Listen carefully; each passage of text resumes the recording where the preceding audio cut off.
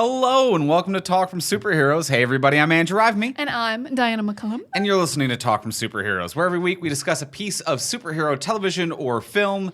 And this week we are talking about Zack Snyder's Justice League. The Snyder Cut. The Snyder Cut is here. They released it, you guys. It finally came out. They fucking did it. We weren't sure if it was ever actually going to happen, but then it did. It took 1 million hashtags all around the world coming together.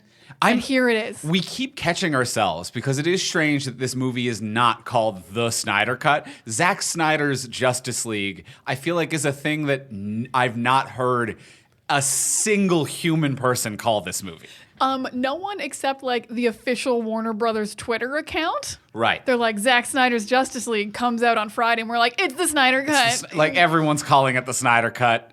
I like how they totally caved to public desire to see this movie, but they would not call it the thing we all decided to call it. Yeah, they were like, hey, we know millions of you want to see the Snyder Cut, and we're putting it out there, but we will not call it the Snyder Cut. Well, Snyder had a very specific vision for the film, but he did not have a specific vision for what the second re-release's title would be. You know, like, so Zack Snyder's like, the movie is going to be this. I thought we were just going to call it Justice League. So, like, once Justice League was used, I think there was no backup plan there. Zack Snyder did not pick the hashtag. Exactly. And also, Zack Snyder did not cut anything from this movie. There's no cuts. So it's Zack Snyder's Justice League in its entirety, no cuts. It's the Snyder put in. So it is the Snyder edition. It's the Snyder. It's the Snyder editions. It's the Snyder put ins. The Snyder just a bit more. So we are talking about that this week on the podcast. All 4 hours of it in its glory? ? We'll see. So let's do a quick spoiler-free review. Now, I don't think we need to so much worry about spoilers for this one because of the fact that, it's a movie everyone's already seen to a certain degree. So I don't think we so much need to worry about spoilers, maybe a few. But I think the spoiler-free review will mainly be for people who haven't been willing to dedicate 4 hours to it yet and are maybe on the fence as to whether or not they should give a movie that much of their time. So we're going to do a spoiler-free review / should you give it this much time. Then after you hear the theme song, we're going to get into the spoiler-filled section of the podcast. So for now, spoiler-free review. Diana, did you like it? I feel like I am betraying my own self in a way. I kind of liked it. Yeah, I can't lie. It's too long. So much can be edited out. But things that can be edited out for the most part are not failures of scenes. They just don't need to be there. Like a lot of scenes where I'm like, you don't need this, but it's fine. It's long and it drags. But it tells a better story, a more complete story. You get a lot more backstory on all the Justice League, and they're pretty interesting for the most part. The action is way better. I feel like the final fight of the movie gives me so much love that I'm like forgetting the badder parts that were earlier. And it doesn't have the comedy or the heart of the original. So I would say that those things are missing. Action's way better, those stories more complete. If you just want to see the Justice League hang out, they do it twice as long. And that's kind of fun. Yeah, this is Zack Snyder's best movie for me. I haven't seen Dawn of the Dead, which people say is very good. But so it's still only okay, but it's his best movie. Andrew? Did you like it? I liked it. I liked it. I do think it is an improvement on the theatrical release. I don't 4 hours like it. I do not it should be a criminal crime to release a movie this long. So it is a tough one for me because I agree with you. This is the most I've ever liked a Zack Snyder movie. I think it's his best movie. It's his best work. It didn't even feel like 4 hours, but it still felt like 3 to 3.5, which is too long to tell this story. There are a few things in here that I think are brilliant additions / original ideas or whatever. These are the original ideas, are brilliantly different than what we saw in theaters. And then there are a few things that are comically terrible missteps, like laugh out loud oh my God, no one should have let this be in any film ever. It's hilariously dumb and terrible. So very much in a Snyder fashion, like when he hits, it's out of the park. And when he misses, he breaks his own arms because he fell over. He missed so hard. Great game of baseball in some ways. It's either way a very some interesting ways. game of baseball to watch. So this is actually a tough one for me if I recommend it or not, because I like it a lot. I think it's Snyder's best work. I think it's better than the theatrical release. And I think its biggest problem is that it is still way too bloated and long. And if this was 3 hours, undoubtedly, I would say that this is the definitive edition of Justice League and everyone should watch it. And at 4 hours, I cannot encourage viewers to commit the crime of watching a 4-hour movie, which it should be a crime.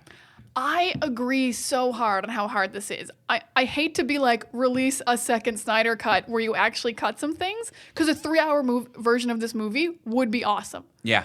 You take out the filler, you take out the scenes you don't need, get rid of that fucking epilogue, and you've got like a tight 3 hours that I would super enjoy. I almost want to say I don't want to tell people to spend 4 hours, because if you're on the fence, you're not going to enjoy it. Yeah, I would say that's probably a good call. I almost want to say, like, if you've seen the original, put it on halfway through. Just that final fight is so worth it. Yeah, and I would say the first half of the movie is pretty close to the same movie. With a lot more backstory. Yeah. That doesn't affect the plot at all. Yeah, or there's a couple of good scenes. Like, you could look up online, like, best new scenes. And just, like, if you have HBO Max, skip to those scenes. If not, look them up on, like, YouTube or something like that. Check out a scene or two, because I really think that's all you need. If you liked the first one fine and you're on the fence about this, there's a couple of good improvement scenes that if you watch them, you'll be like, that's what Snyder really wanted in this movie. Mm-hmm. Yeah. Yeah, I think that's my recommendation if you're on the fence. Jump halfway through. They're cut into chapters, so I think it's chapter 4. Yeah. And I'm sure like some website has done a list of like here are the best scenes and here's where the chapter numbers are and there'll be a ton of articles about like here's all the changes. And oddly enough, even I liked this more. I think it's better than the theatrical, and I never want to hear anyone talk about Justice League again after this week. But I would have been curious for the world. I didn't care that much about seeing the Snyder Cut. We all have heard me talk about that on the podcast. Like, who gives a shit? It was lost to the ethos. I did not care. I would have been curious for an alternate timeline where none of this happened. There was no Whedon cut. There was no Snyder cut.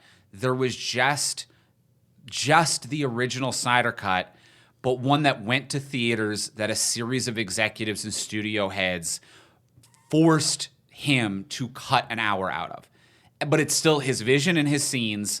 I would have loved to see that movie. This movie we saw this week, but that went to theaters and a series of executives said, no, you are insane. Cut some of this. And that is the exact movie I would have liked to have seen. That movie genuinely would have been great. I think genuinely would have been terrific. I know exactly what scenes can go. Mm-hmm. Like, as you're watching this movie, you're like, you don't need this. Yep. You don't need this. And then you get to great scenes, and you're like, what? There's some scenes that I'm just like, how did Joss cut this out? Yeah. Like, because it must have already been filmed. It's not the obvious reshoot parts. And it's mind-blowing. So, yeah, there is an alternate timeline where the Flash paradoxed, and then Snyder got to release his original version, and it's 3 hours long. And I do think that movie's really good. That movie's good. That movie might have been good enough to make it up to like the top of my list of DCEU movies. Because as it is right now, this cut, it's better than the original. It's still not as good as Wonder Woman or Shazam for the DCEU movies. It at this point, I think, surpasses Harley Quinn a little bit. But it's not as good as Shazam or Wonder Woman. But if this went to theaters and had to have an hour cut from it, I think it might have surpassed one or the other. Like, this could make it into the upper echelon. I will go on the record, even though I did like this movie for the most part, I do think the 2017 version's better for me. Really? Yeah, I think the comedy is very important, and it really gets me more on the heart. Okay. And I like that it's 2 hours long.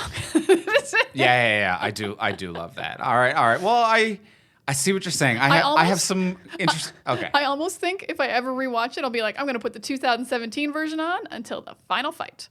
And then I'll just switch it over. That makes a lot of sense. All right. Well, I think that's a quick review of our opinion on it. And can it be spoiled? There's a couple things, actually. Yeah. Yeah. Not if you've seen the original, nothing absolutely huge, but there's like two big things. Yeah, two. And I'm going to say one of them is something that I can't remember if it was Snyder or someone else who worked on the film, but they revealed in interviews leading up to the release, so maybe you've already had that spoiled for you.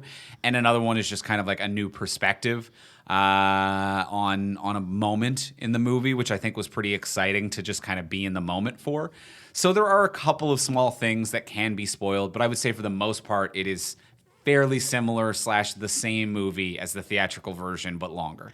I can't imagine if you're concerned about spoilers for this movie, you haven't watched it already. You're one of those people who like definitely saw it the day it came out. Then. Yeah, fair. Mm-hmm. Fair. But it can be spoiled.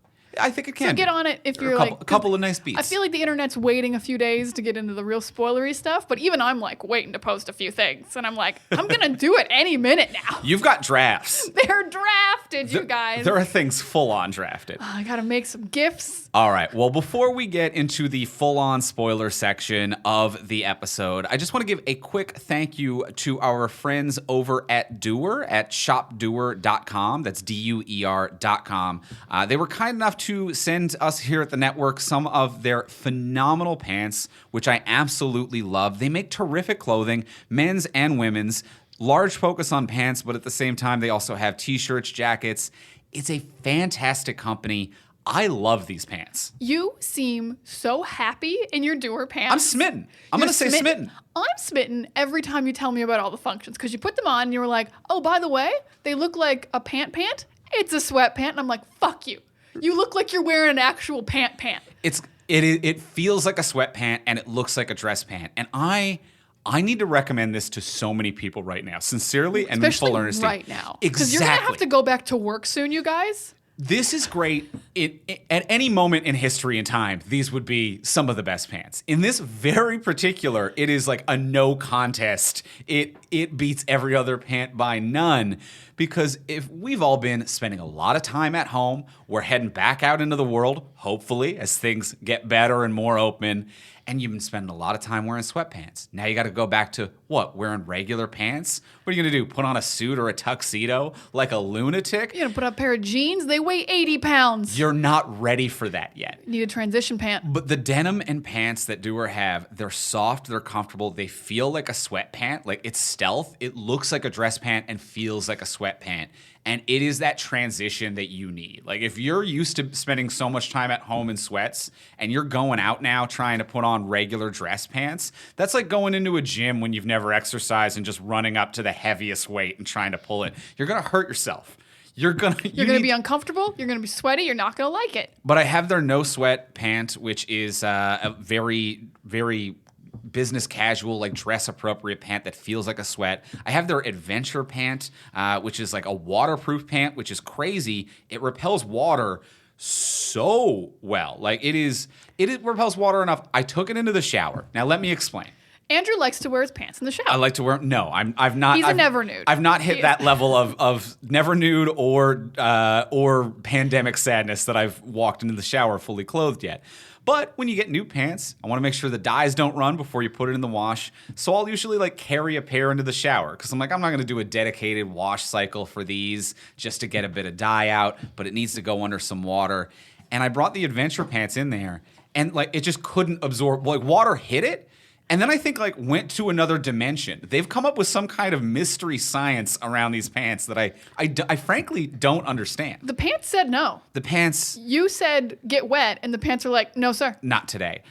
Fantastic products over at Doer. That's DUER.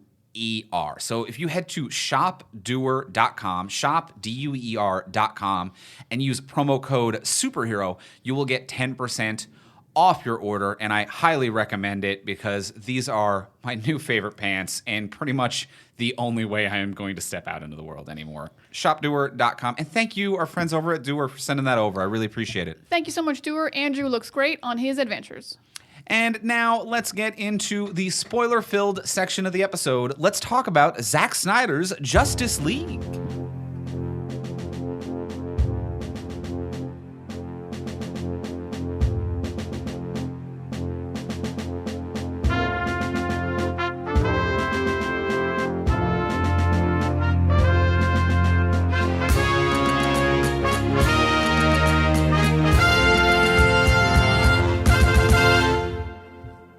All right, so we have seen the movie again, which it feels weird after that spoiler-free review where we do have a lot of praise for this, but I will also say it is same movie but longer. Same movie but longer, and a very equal amount of really good new scenes and scenes I'm gonna dunk on so hard. Wildly dunkable.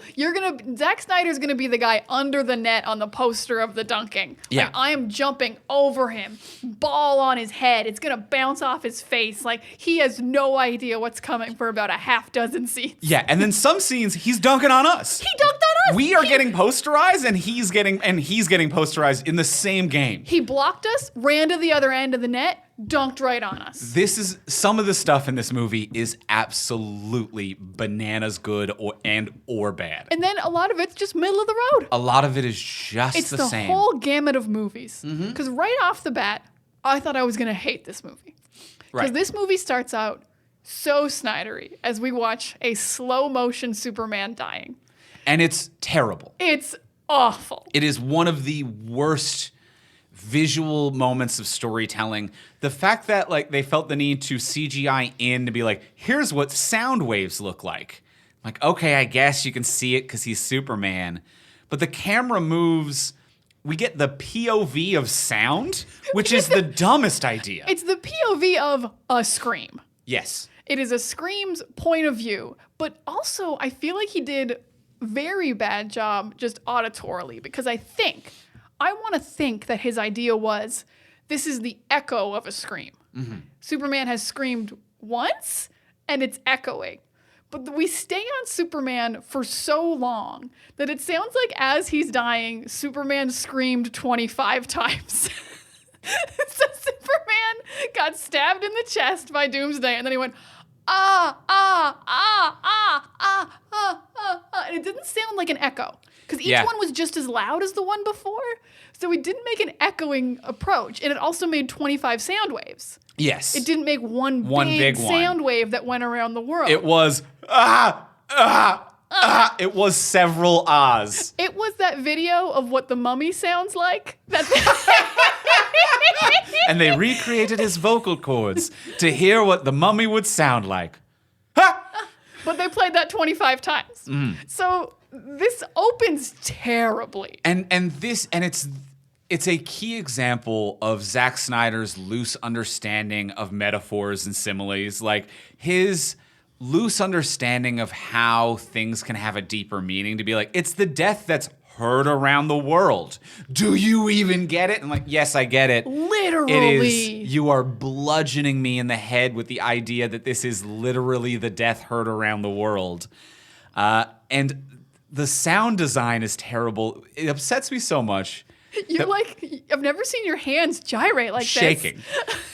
Because for whatever reason, Superman does you're right, ha, ha. He screams multiple times, but in brief intervals, which is not how people scream. He didn't get stabbed 25 times. Yeah, he's screaming like he's got stabbed 25 times. And we see all these sound waves go off as the death that's literally heard around the world. And the camera is the sound wave. We are flying around the world on his sound wave to see the places it's hitting. But I think because they couldn't figure out another way to imply the movement of sound, we get the Doppler effect of the sound. So it's like when a car speeds by you really quick, when a car goes like, vroom. Yep. They do that, but that's not what sounds like if you're in the car. If you're in the car, a car sounds like a constant car sound. And in this scenario, we are the scream, but it's constantly passing us at the same time. So it's just the first several minutes is just, ah, ah, ah. Why is it passing us and we are it at the same time? And it's not like a haunting kind of like you hear it over and over again, like, oh, we are haunted by the scream of Superman as he died. It's like, no, you guys just didn't think about how you do follow a scream, the sound of a scream. Instead, you were like, what if Superman just kept on screaming everywhere he went? And also, I have a question about this scream, because what I find so funny is that Superman has his big old scream, and the mother box, one of the mother boxes, immediately wakes up. Right. Did Superman just like yell out, "I'm dying"? Like, why does that wake the mother box? They never explain that, and I at first I was like, oh, his scream's so powerful it woke all of them up, but it only woke up the one, and it's not due to like actual force, because it didn't like shatter windows and buildings as it went around the world. It just only woke up the box. Like the building the box was in was fine. All of the Amazonians guarding the box weren't like, ow, my ears. They were just like, oh, the box woke up. So it just doesn't make any sense. Yeah. I mean, I would forgive the Atlantean box because it's underwater. But Cyborg's box is just in a closet. Yeah. So it should have heard Superman. And it's in a closet, and it's like a few feet away from Superman.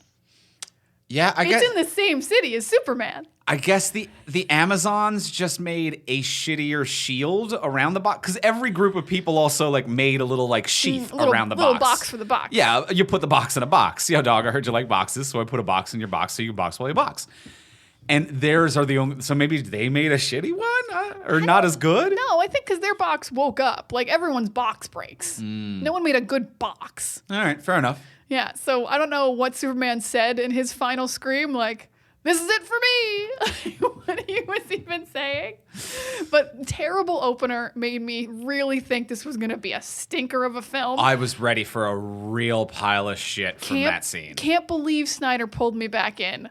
Eventually. Not quickly, because I think the next scene was Aquaman's little troupe of lament singers. No, I think it went right then. Didn't it go right into Steppenwolf arriving in on Amazon? On Themyscira? No, I think that was like intercut with him and Aquaman. Okay. I think so. But it was pretty early. Yeah. Because, the Aquaman scene I did not think was an improvement. Okay. Okay, interesting. Well, so, I can't remember the exact order, but the Aquaman scene is pretty much the same scene from the Whedon version, except with a bunch of ladies singing the song to the sea, which goes on forever and is brutally awkward. I wanted to die. I checked while you were out today, the song is 1 minute and 10 seconds long. And that doesn't sound long, you guys. It's long.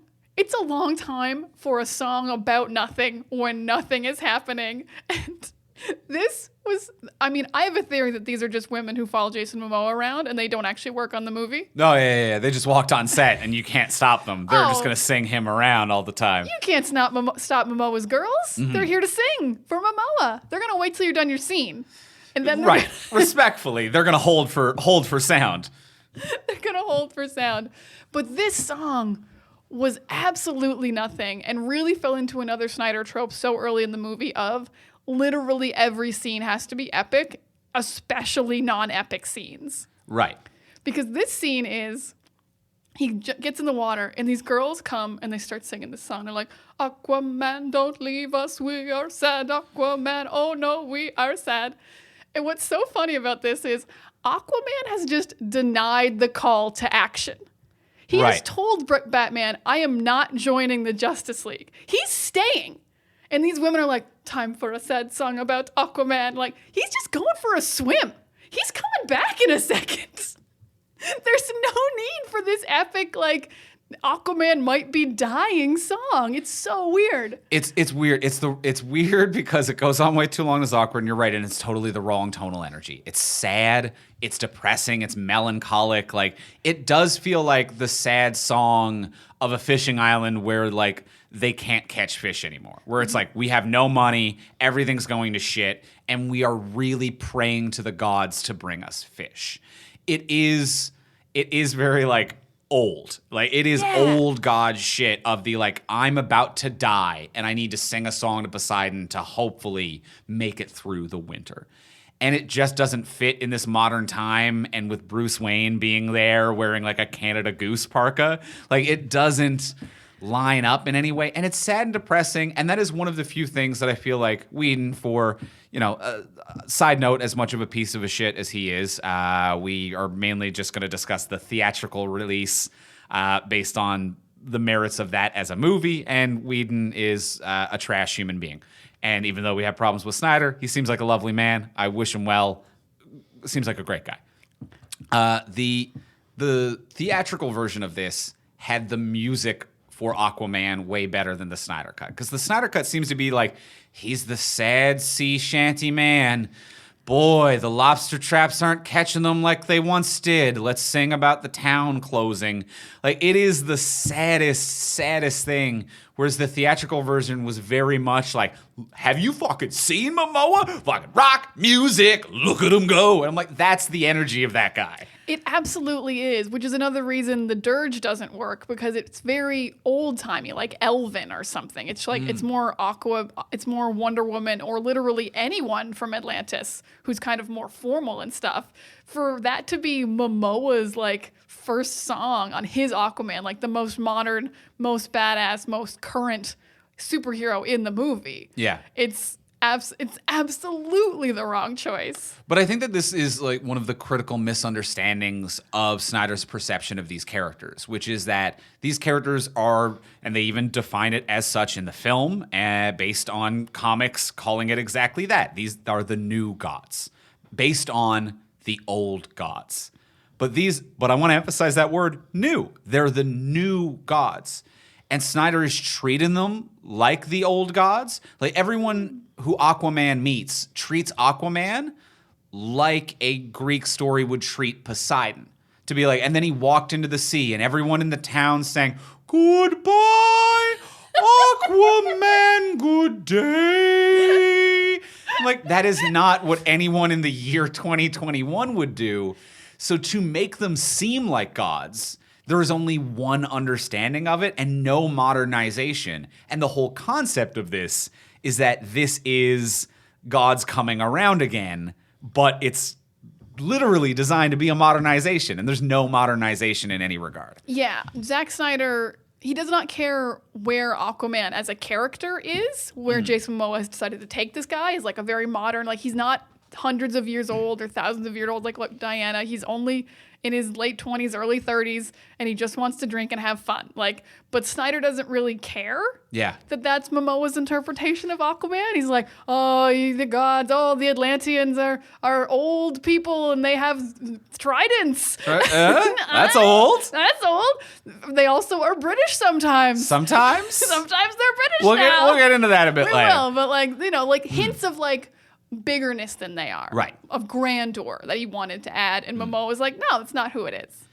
Yes. Now, I do want to move on to, because I think with our spoiler-free review, we were very positive. We started with 2 dunks, and we're surprised the movie got us on board. But I do want to now move on to 2 positives for me. Ooh, 2. Hit them. 2 back-to-back. I think one brief one that kind of made me appreciate Snyder's vision for the DCEU as a whole more is that, as dumb as the Superman scream echoing around the world was, visually it's stupid.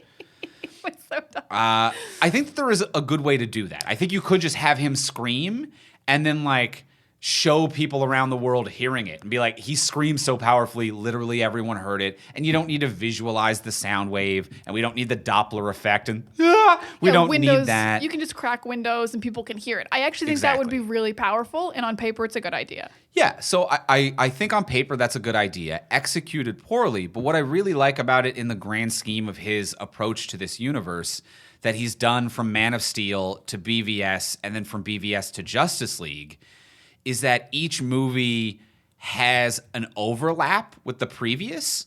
And when you only see that once, from Man of Steel to BVS, for BVS to be like, Bruce Wayne was at the end scene of Man of Steel. And that really connects and binds it. And from one to a second movie, that's an okay premise, and it works for that scene. But then the more you connect movies like that, to go from a second to a third like that, to be like, remember when the third one ended, a new story was starting. Like, it's not a time jump. And that actually feels like a better understanding of comics than I thought Zack Snyder had. This idea of like other issues are coming out simultaneously.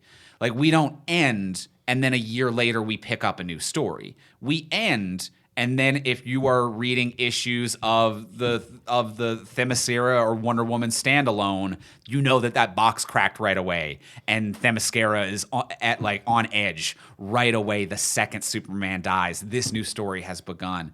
And just this slight overlap, I think it adds a richness to the world, and it is a style and a tone that I didn't expect him to have, and I really liked it. It is kind of cool. It is very much exactly what comics have, which is a feeling that the heroes can never rest. Like, tragedies and traumas are always coming. Wars are always coming. Fights are always coming. As soon as one is over, the next one is started. I will say, actually, that is a great point that his movies, there's only 3, but the next ones start where the first one's cut off. But he also starts and how they affect the characters being introduced. Right, yeah. Because BVS is like, this is Bruce Wayne, you've never met him before. He was at the end of Man of Steel. And this movie is Superman died in the last one. We have new characters, the Amazons, who you have met, but like not really, Cyborg, Flash, and they're going to hear the scream. Yeah. And that's how we're going to connect everything. So everyone does, Cyborg hears it because he can hear everything. So yeah, the scream does affect the entire world, and now the entire world is in this story, and they weren't in the previous stories. Yeah, it's very comic booky, and it's also just very good thematic choices. Yeah, because if it happens using that storytelling device once, it was okay. Twice is a pattern, and if Snyder ever did another movie, which who knows, if it happens again, then suddenly that's that feels nice. Like you can expect that every movie. It's like a DCEU version of a post-credit, Oh, it's gonna be a pre-credit. Yeah, they don't do a Marvel post-credit. They'll do a beginning of the movie. They'll do a beginning of the movie. I don't even know what to call it. Yeah, like pre-credit, I guess. Sure. Kind of a revisit. They're just gonna open the world up a bit more. Of a what prologue, else happened? Maybe, of like the previous story. Previously on. Yeah, and that's fun. I like that. That is fun. All right, yeah, I can get behind that. And then I think my other thing I really enjoyed was I liked the introduction of Steppenwolf so much fucking more in this version. Oh my God. As we were watching this movie, I was very happy for you because I think they did everything you said as your change during our Patreon episode of the theatrical version for Steppenwolf. Really? I can't even remember what I want. Oh, just more. You wanted him to be trying to get back home. You wanted him to have been like outcast and like have more personality rather than just like boxes, boxes, boxes, boxes. Give me those boxes. I was very happy for you that he was more interesting. Yeah. Incredibly more interesting. They did more cool stuff with his look, but really like small choices that I liked that were really cool. I think my favorite thing Steppenwolf did was when Darkseid showed up, his helmet disappeared. Yeah. And he literally laid himself bare to Darkseid, and it made Darkseid feel so powerful, and it made you really feel that this guy's going through something.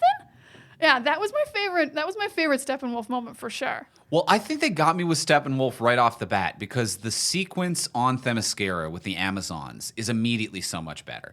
Like them closing the gate and then knocking the whole building into the sea, which I don't know why that was deleted for the theatrical version. That's a real badass way to try to take out a villain. It makes a lot more sense of why she was hesitant to close the doors in the original version because I was like, whatever, you'll open the doors again later. Yeah. And I get that you were closing like them in there with the enemy, but you hope they win or whatever. But literally dooming them all to death because you're going to throw your entire building into the ocean in the hopes of killing this man. That's a powerful decision as a leader that she has to go through as well. But also, it made Steppenwolf scarier and more interesting as a villain because he struggled. And that, I feel like, was such an amateur move on the theatrical version's part. In the theatrical version, he slaughters the Amazons. And I get that instinct, but it feels like a very amateur writer instinct to be like, this is the big bad, and you should fear him because everything is easy for him, and he's never had any trouble, and he wins all of the things right away. But by showing him, like, struggle and overcome, it gives a villain a hero's arc. Even though you're not rooting for him, you're like, oh shit, you can throw obstacles that are good obstacles at this man, and he is going to fight through it. Like when he's thrown into the ocean and comes back, when all the Amazons surround him and like rope tie him, and they almost take him down for a minute, that makes him scarier. And that, I think, is a real key to humanizing and identifying the villain and making it seem like someone who's going to be a problem. And it's someone who you can hurt a little and they're going to come back and fight harder. Not someone who is godlike untouchable, because if you do that, then it just becomes a game of like, well, we need to find the one weakness or something like that, as opposed to like, holy shit, this dude has an indomitable spirit and will not stop. Yeah, I can get behind that. I have ups and downs on the Amazon scene. I think it's too long. I think the tension breaks for too long as she watches it fall into the ocean, and then he doesn't come back for like 3 minutes. Yeah, I agree with that. So it's too long overall, and it has some problems. But I actually really like it for the opposite scale of view of what's going on about it. I really like, and I can't believe I am saying this because it's one of my huge positives of this movie. The man who made Sucker Punch really respects women in this movie. No, but he does. The only thing he does bad, and maybe this was even the costume designer and wasn't him. I don't like the midriff outfits on the Amazons. Yeah, they wear full armor in Wonder Woman the movie, but like they really fuck up Steppenwolf. Like, they're great at tactics, they're great at fighting, they're great at strategy, and he does the same thing with Wonder Woman the whole movie. Like, she is an incredible fighter, and it's not just that she can take a hit. She's also empathetic, she's also wise, but also she has great strategies, and she has cool fights, and she's never objectified. And this movie took out her love story as well, which was fucking great as well. And he made Mira more badass than she was in the theatrical version. That thing where she tore the blood out of Steppenwolf also got scary. Messed up. Yeah. So like all the women in this movie get to be total badasses and really respected by Snyder as warriors. Yeah. And I was very impressed and super into it. Yeah, I fully agree. I legitimately a second ago did a small spit take. Andrew was drinking some water when I said Diana it. saying the director of Sucker Punch really respects women, which is a hilarious sentiment. But I couldn't agree more. He definitely does. In this movie, they do all feel powerful and strong and really cool, and I'm super into it from top to bottom. Yeah, I feel like in BVS, when he introduced Wonder Woman, I was also very surprised about how like into fighting she was and how like good she was as a fighter and how well portrayed she was. And the fact that he did that with all of the Amazons, they really mess up Steppenwolf. I love that lady who like puts the lasso on the box and then shoots it with an arrow. Yeah. That's my favorite. Yeah. That's so great. So all the Amazons get to be, they're not just cannon fodder.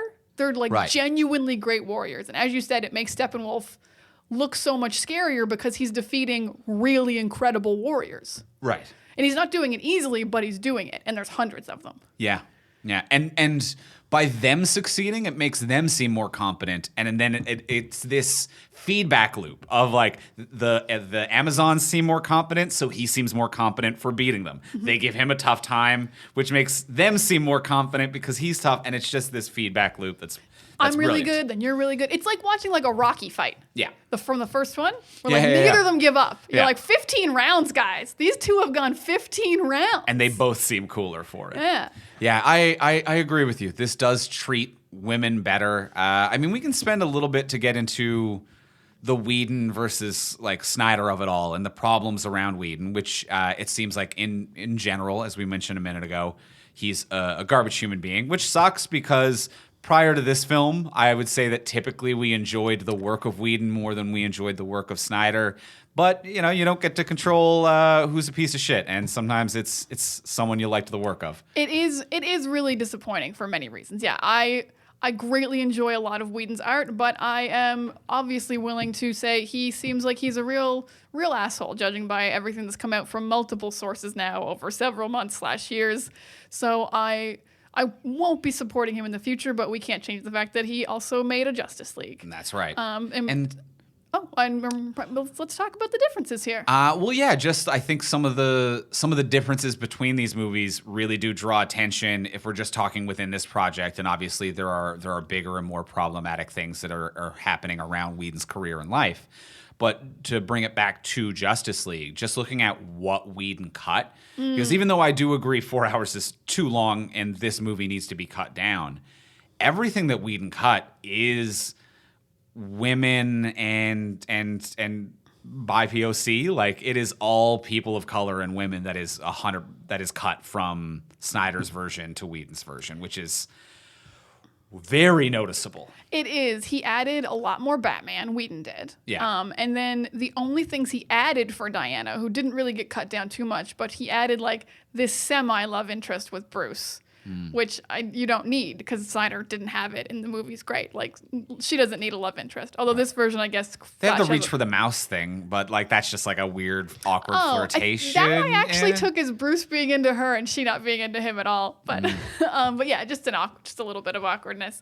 So yeah, and like Whedon added. Oh, I don't think I talked about this on our Patreon. There's a part Whedon added where Flash does like the fall on her boobs gag. Yeah. And Gal Gadot wouldn't do it.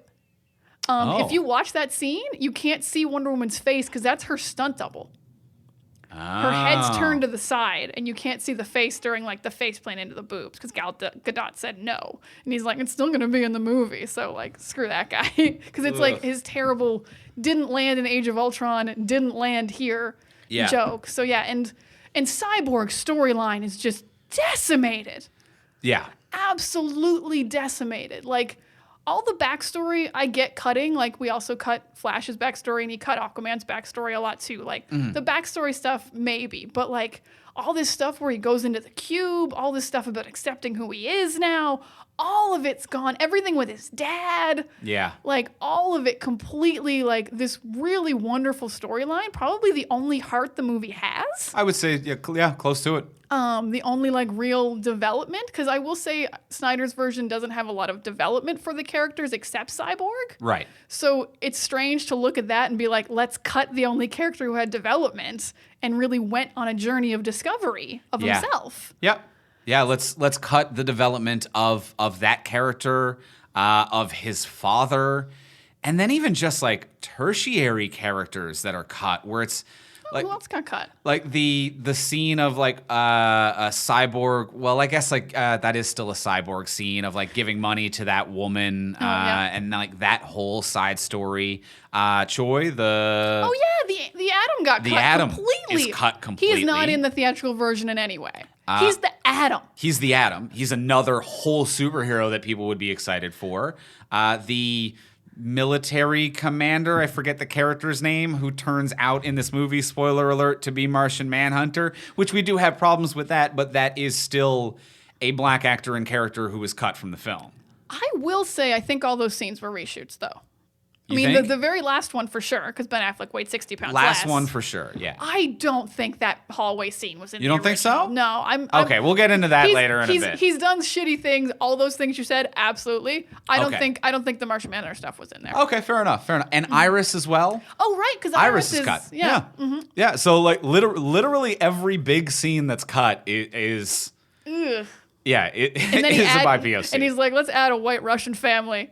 Yeah, and then they add just the whitest family. When he adds side characters, they're all white people. Yeah.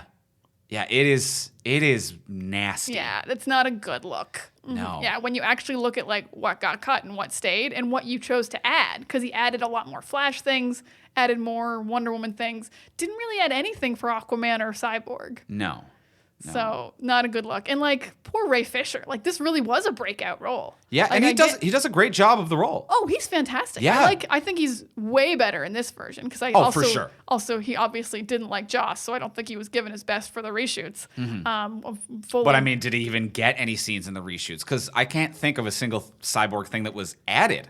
I don't know if they redid the scene with Diana because in this one he's in his Cyborg body and not in the sweats, so I don't really know what happened there. Well, I think the sweats are still entirely CG. You think the sweats are CG? Yeah, it's the way that the light shines through it and the way the reflections, and you can even tell by the texture. He wasn't wearing those sweats on set, or if he was, they still just comped out his whole body and put in a CGI sweatsuit.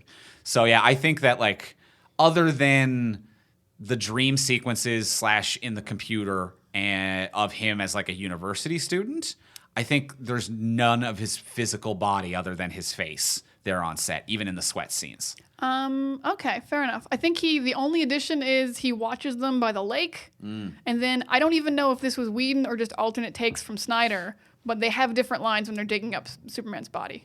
Oh, yeah, fair enough. But that could just be alternate takes from Snyder's footage. Yeah. Not necessarily Whedon's, because it's pretty much the exact same. Doesn't do anything else different.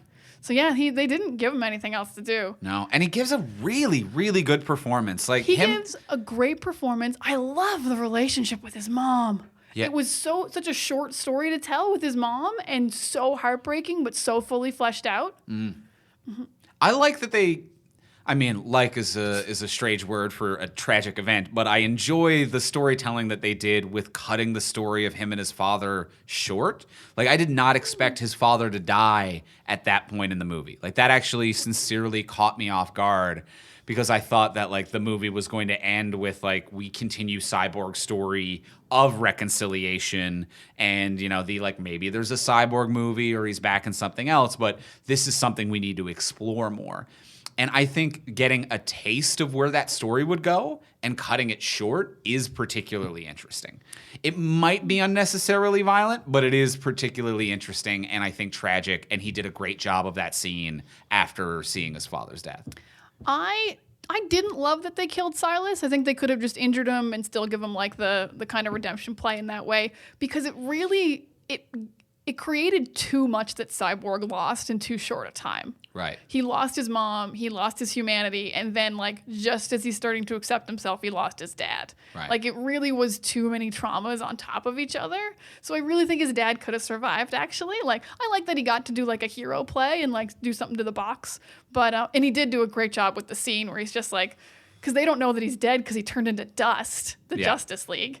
And they show up and he really sells it. I think my favorite scene also when he's selling it is when he's in the mother box and the mother box is trying to get him to stay. And I wrote down the line, I have to say it. This was my favorite additional scene. Where is this? I'm not broken and I'm not alone. This was powerful as hell. That was an incredible scene. He performed the hell out of it. They shot the hell out of it. It was really the end of his arc. And like, maybe if his dad hadn't died, it wouldn't have landed so hard. But I could have done with the dad just being injured. Yeah, fair enough.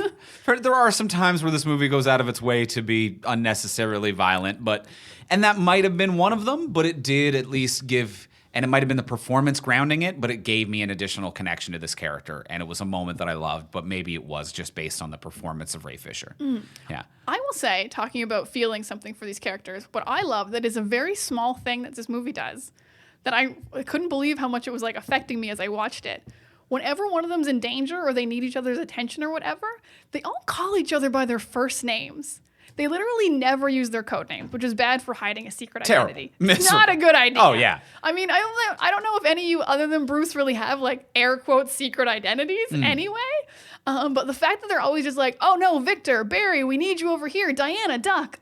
Just yelling the names all the time really humanizes them and shows their bonding and that they are connected and they're not just these kind of unhuman, like, gods. Right. So I really liked that everyone is constantly using each other's first names. Like, they call Aquaman Arthur all the time. Yeah. It's really nice. It was quite bonding and quite, like, familiar in a really cool way. I never really thought about that, but I completely agree. And trying to, like, connect it to, like, the Avengers, what they do, they're always like Cap, and, like, they call Tony, but, like, I don't know. They just seem like they use a lot of nicknames and never are really like, hey, Bruce, how are you? It feels more militaristic, and it feels like they are using code names in Marvel, whereas this does feel like a group of friends who are trying to save the world. Trying to save the world. Maybe they shouldn't be, but they're there. Doing their best. They're doing their absolute best. They're just trying real hard. Yeah. Yeah, that's a little thing that I really enjoyed.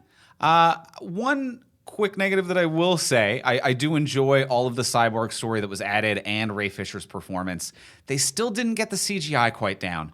It's better, though. It is a little better. It is a little bit better. He doesn't have, like, the weirdly small waist that they gave him in the theatrical version. He doesn't look like he's wearing a corset, which I enjoy. So it looks a little better, but it's still that problem that, like, and Marvel still has it with the Iron Man suits, that floating head effect where it's really hard to get the correct effect of skin interacting with metal.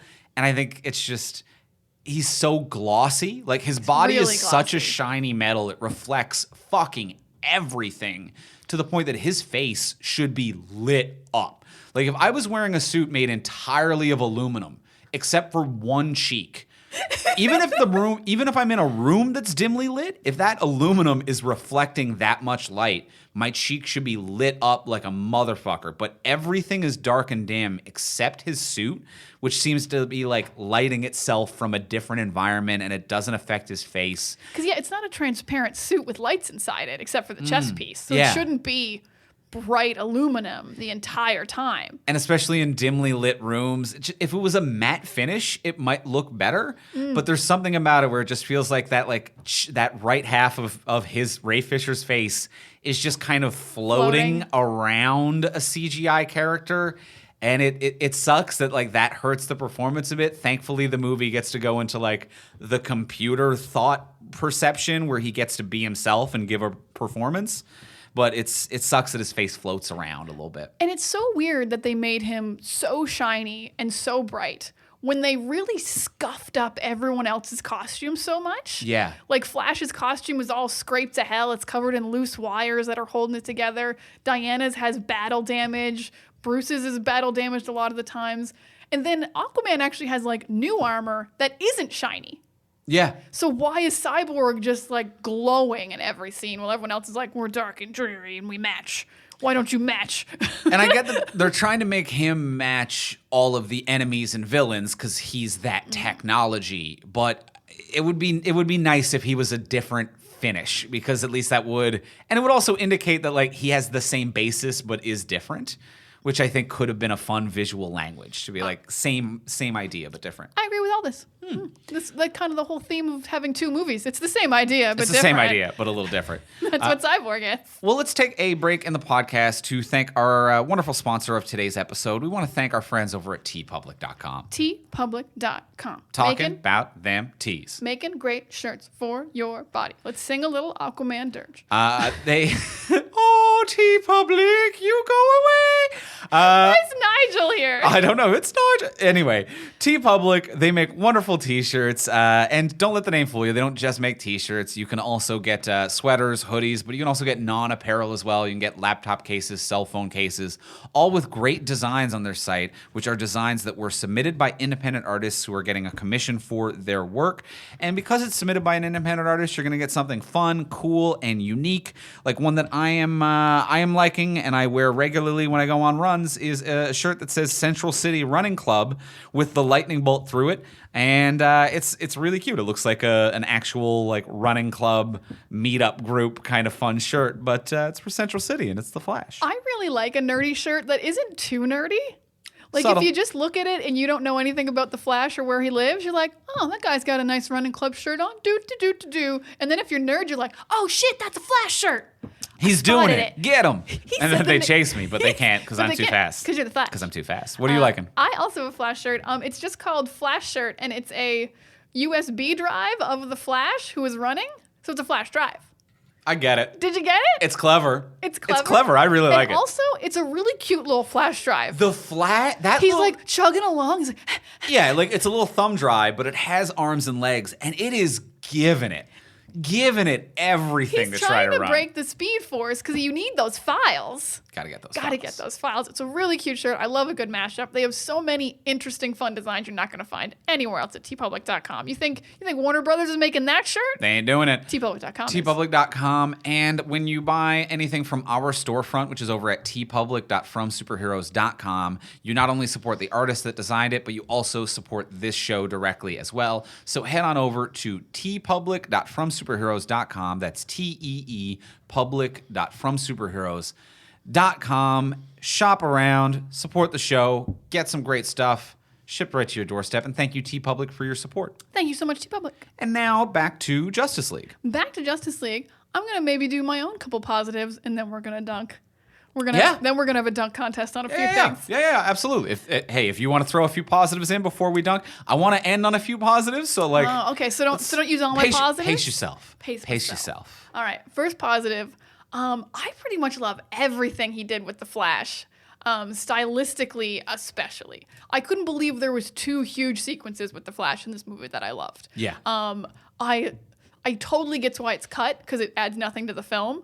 Actually, the scene with Iris at the dog store, and I don't want to cut dogs out of a movie. God, it hurts me to say, but it's very cuttable, but it's also gorgeous. It's really well done. It's really well done and plays with so many Flash tropes that I think are great. I love that the second he turns the speed on, his shoes exploded. Just evaporate. And I love this so much because the TV show and even this movie makes a point that to run at super speed, you need special outfits. But the TV show constantly has Barry just running around in regular clothes every now and then, and nothing happens. And no, if your feet are going at super speed, those shoes are dust. Mm-hmm. I get that the rest of your clothes maybe would be fine if you don't brush up against your own body. Right. But your shoes just explode. And I thought that was so funny. And I also loved that once he turned the super speed on, he didn't have to run. Yes. Which is obviously you don't have to run. It's a super speed event that you're turning on. So the fact that his shoes exploded and then he shuffled awkwardly into the street to stop the car crash, absolutely brilliant. Blew my mind how much it was gorgeous and brilliant and funny. Yeah. It was Snyder's best work. I adored it. And I think it is a visualization of super speed that is comparable to, was it First Class? Which X-Men was it that did the Quicksilver scene? Quicksilver, there was 2, Age of Apocalypse and Days of Future Past. Future Past, I think, was the first one where he's breaking out Magneto, which was really well done and really well choreographed. And this, I think, is comparable to that for some of the visual work with it. It's so interesting. And you're right, he's not always running, which I think is terrific. He's just moving at what to him and to us as a viewer, because of how it's filmed, is a normal speed. But the other thing that I'm actually very curious how they filmed it and got it that they did, that's a more subtle effect that is not in the theatrical version, is that he feels weightless. So when he is running, air quote, running, even within the Speed Force and how we're seeing him as an audience, he still looks like he's running. He's kind of cutting through the air, and he's actually not going that fast physically because most of the time, none of his body is touching the ground. So it's almost like they filmed him on wire work. He's a little bit weightless where the tops of his toes will just graze the ground. And then like a sprinter, there's so much time when he's just in the air, weightless, floating, drifting forward, that it feels less like he's running and more like he is swimming whenever the time slows down. And it really makes sense and was an interesting choice. And I feel like they might have had him hoisted on wires to give this sense of weightlessness for how he would drift around. I totally agree. And that's such a bold choice, especially because the thing that makes most CG look really bad is when it's weightless. Yeah. So to make it's when CG characters don't have any weight to them. They don't affect the universe. They don't affect anything they're touching. And that's why CG looks bad sometimes. So to make a choice that your physical actor is going to be only subtly weightless could definitely have made it look really shitty. Mm-hmm. So bold choice, but it worked out wonderfully. It looks fantastic. I think my only complaint would be, I don't think any actress should ever have to have a hot dog next to her face, especially for a long period of time. It's not romantic. I know it was to feed the dogs later, but it's not that funny. It could have been other foods or something. I don't want a hot dog near my face floating there. Yeah, it's dumb. With no bun either. The buns were in the background or whatever. Weird. It is phallic and weird. It feels like even though they didn't make a juvenile joke, that it's meant to be a juvenile joke. Yes, it does. It feels like Snyder was actually stopped a little bit from making the joke, but he's I'm still gonna put in the setup. Yeah. I'm gonna put in the setup to a juvenile joke, and then it's gonna be a dog treat thing. And it's funny that he put it in his pocket like a video game character. That's a funny thing to do, but it didn't need to be floating near her face. Mm-hmm. Don't care for that. Yeah. That's my only complaint. Excellent, wonderful scene. Visually really well done. Breaks, really cute. The way he just uses his single finger as a soft touch and the glass just shatters, is gone immediately. Incredibly powerful. Like that level of softness that they give him and the effect that has on the world at super speed is brilliant. Really smart take. Not to mention the do you want to jump that was around a bit to talk about the ending? If we're on amazing flash effects, we absolutely have to. Yeah. This might be one of the greatest superhero movie moments of all time. This was sincerely breathtaking. I think I was losing my mind at an equivalent level of Cap picks up Mjolnir. Yeah, I wasn't quite there, but I would give myself 70%. I think maybe not a thing that I needed to see Cap picks up Mjolnir, but a thing I didn't expect and loved so much. Had no idea this was coming. No. And so cool. So unbearably cool. And conceptual and different, running forward to an explosion backwards in time as the ground forms around you, reversing the time. And it looks like almost in the same way that Taika does Asgard and the Rainbow Bridge in Ragnarok with that he's walking on a ground to nowhere where how Asgard just kind of ends and space begins. But yeah, this explosion eviscerating the earth and him running forward back in time. Unbelievable. Him having to instantly reverse time to create ground to stand on. The conceptual idea blew my mind, and it looked gorgeous. The idea itself, brilliant. The execution, gorgeous. And even they really added some nice stakes to him getting shot immediately before that of can he physically do this? And a great performance from Ezra Miller too. When he's the wind just got knocked out of me, lying to Batman and and hitting the leg hard and hurting, tears welling up, and him just giving himself this pep talk of you gotta break a rule, Barry. You gotta break a rule. And yeah, you really felt like he was giving his all, possibly about to die, in Crisis on Infinite Earth style, you go too fast and you just turn into dust. Really anything could have happened in that scene. And then I think about it and I'm so mad at the idea that Joss Whedon saw this scene where the Flash recreates the universe and runs backwards towards an explosion and makes ground underneath his feet. And Joss Whedon said, what if he pushed a pickup truck full of kids instead? That was the alternate idea. And I'm furious. Miserable. The only thing I can even hope for any semblance of common sense was that this is one of the big, and we know from reports that the Snyder Cut did have expensive reshoots and CGI completion for scenes that were not done. CGI. If this wasn't done, and maybe for the theatrical release, the studio was just we're already spending money on reshoots. We're not fucking completing this Go push scene. a truck. Yeah, you get to push a truck. That's what we got money for right now.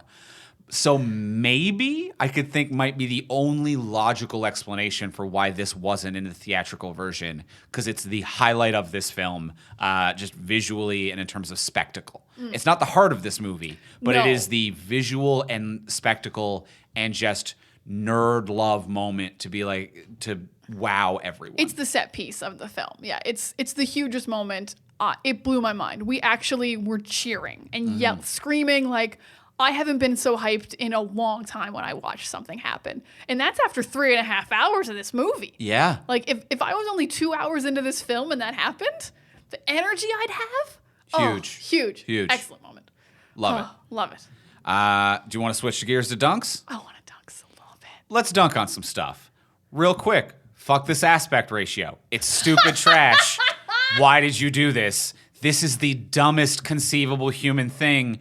I don't care that you hope that you wish it was on IMAX theater. It's not. Fix it, you absolute morons. Fuck you. Fuck all of you. I hate this. It's miserable trash. Snyder knew from the day he officially started making this that it would be home release. He absolutely knew that. It's going on a streaming service. It will not be in theaters, especially if it's going to be 4 hours long. And he said, well, people can watch it on their IMAX at home. And we can't. We can't. We don't have those, Zack Snyder. And I would like to tell the story of how I found out about this because it was infuriating. Because I'd seen the tweets about the aspect ratio, about the boxes, and I misunderstood because I didn't see any photos of what it actually looked like.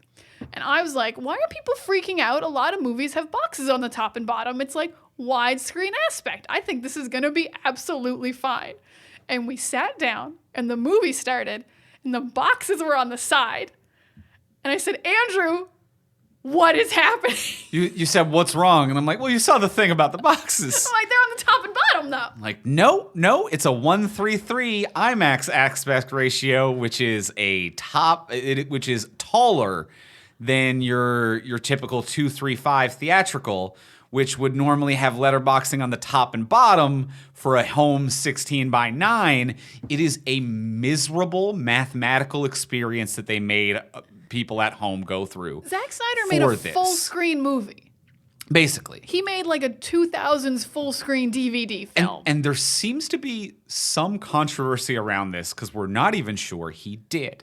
So for example, if you film something in that ratio, you film it in IMAX, and then let's say it was converted to fit your TV screen. That means that you would lose some of the image at the top and bottom. Yeah. Like if it's filmed square, but then they make it to fit wide, you lose a bit of top and bottom. I've cropped a thing. Yeah, you get it. You understand cropping. I've cropped a photo. So the idea is this is the most amount of image you could possibly get because this is what it was filmed in. Now, there seems to be some confusion about this, but there are reports saying that this is not what it was filmed in. That it was filmed in 2:3:5, which means that it was converted to this, which means that we're actually seeing less of the image than was recorded. So it's actually just chopping off the sides. So if it was filmed in this ratio, the way we saw it means that we see all of the image, and if they converted it, we would see less. But there seem to be rumors that it was filmed in 2:3:5, which means that we're not seeing the most of the image at home, and it was meant to be wider, and they cropped out some of it to make it look like it should be IMAX. So there does seem to be, and filming things in IMAX is more expensive to use IMAX cameras and that ratio. And some movies will only do it for big action scenes. Like if you watch The Dark Knight at home, the scenes that are shot in IMAX, it actually changes aspect ratio at home because it was filmed with a different type of camera. But this never changes, but 100% of it was not shot on IMAX cameras. So I think that there is actually lost image here. Do you think Zack Snyder was like, I don't want to CG the sides?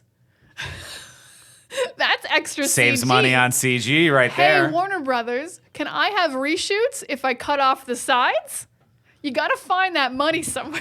And then he can afford Ben Affleck and Jared Leto for a day. It is pan and scan misery. Cut the sides out. And it also says to me that his intention is later to re-release in IMAX theaters. Oh, you know he's gonna. Well, so you know that they're gonna, but the fact that it's like there's gonna be a third rollout of Justice League shit is exhausting. Fuck this aspect ratio. All right, fuck the aspect ratio. Boring math, I think, was sorry for being boring with math. No, it's math you have to look at. Yeah. So that's not boring. It's the worst. That's my eyes. That's the worst kind of math. That's the worst kind of math. Other dunks. What do we got? Martha Kent had a lovely scene with Lois Lane. Beautiful scene. Beautiful scene. She came to see her daughter-in-law. Said, "Oh, you're not dealing well with Clark's death. We're the only ones who knew he was Superman. What a burden we have. Yeah. Look at our shared love." Diane Lane, phenomenal. She's great. Phenomenal. Phenomenal. Oh, yeah. Amy Adams is also crushing. Oh, yeah. She's so good. Absolutely. We have Oscar-nominated actresses in a scene just crushing it together. Just crushing it. Martha Kent pouring her heart out to Lois Lane, telling her stuff about her life, about how she has to move into a house and works at the diner. Did know a considerable amount about her personal financial situation. You are right, and it is now clicking into me that I should have agreed with you earlier when you said that this was a reshoot. Just clicking in. Because then it turns out that Martha Kent was the Martian Manhunter. Lois just had a real nice scene with a man who fucking duped her. She made a powerful life decision based on the lie? Martha, the Martian Manhunter, went to Lois Lane as her mother-in-law to motivate her to go back to work. Yeah. And with their shared love of Superman or whatever. Be like, we both love Superman. Superman would want you to be working, have a good time. And what kills me about this idea that the Martian Manhunter would do this is that the Martian Manhunter, in his human form, is friends with Lois Lane. Knows Lois, knows a new Superman, went on adventures together, stopped the terraforming of Earth alongside the two of them. Very close. Very close. All of Man of Steel they spend together.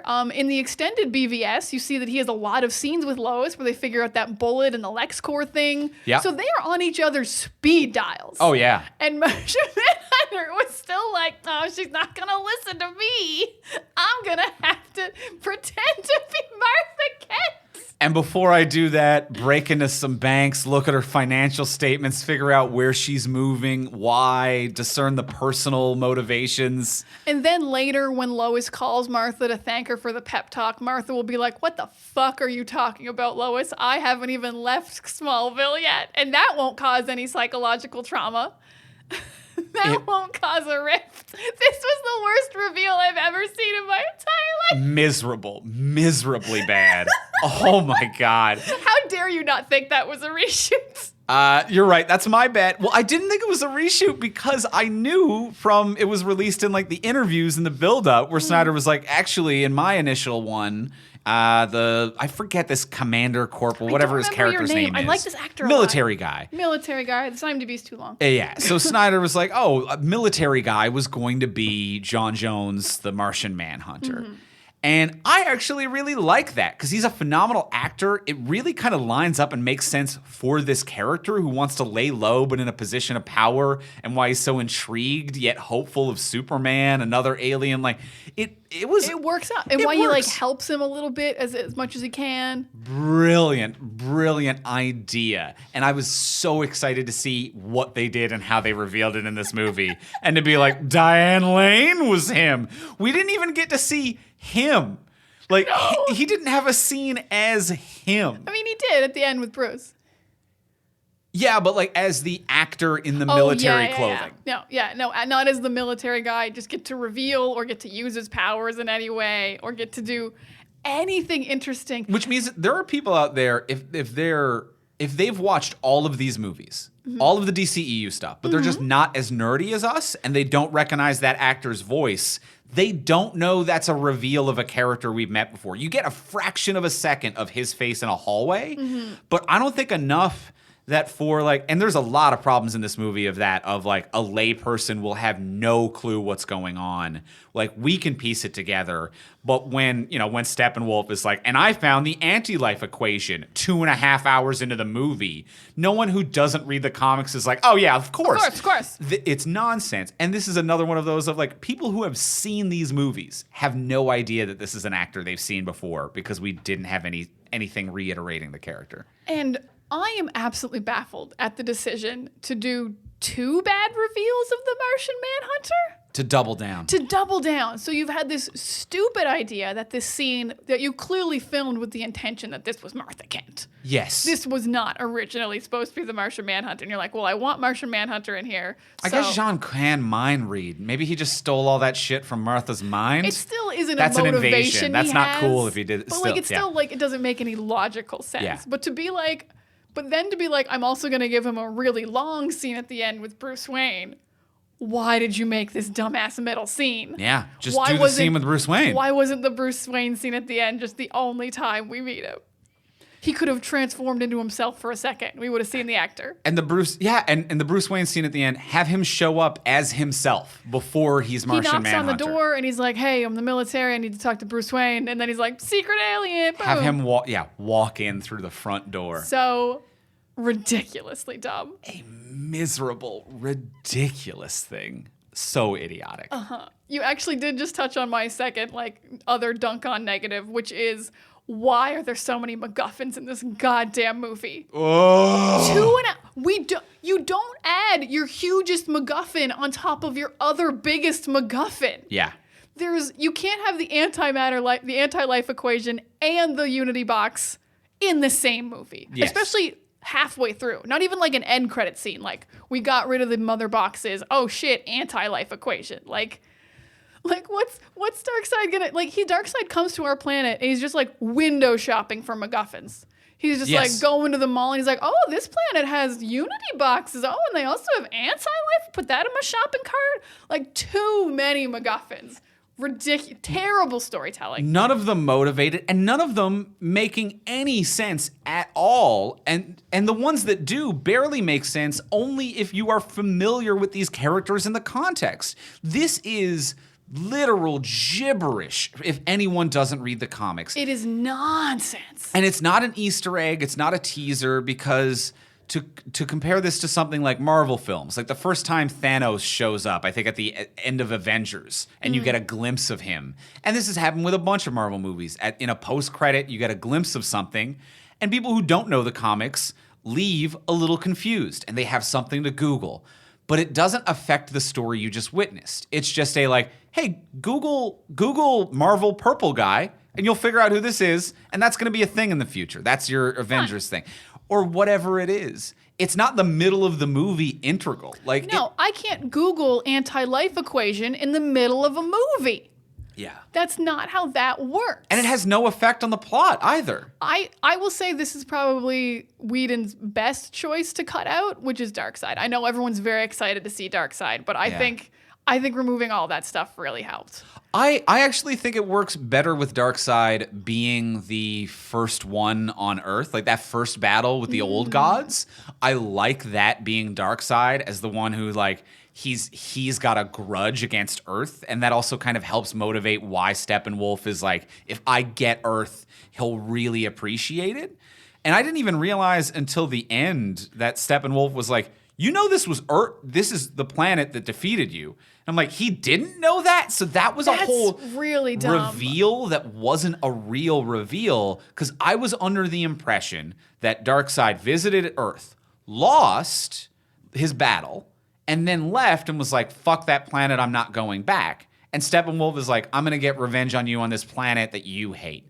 But then at the end, Steppenwolf kind of breaks it down for him with like, you know how you forgot where that planet was? Like, as if Darkseid, when he rolled out, just turned off the navigator and just blacked out for a while as they drifted through space. Just wiped that GPS. And never mapped any of the planets. He couldn't find Earth again. Wonder Woman had a line about this during the Alliance overview part. And I think she said something, I didn't write it down, but I think she said something like, and then as the invaders left, we became just one of the planets of trillions, and they couldn't find us.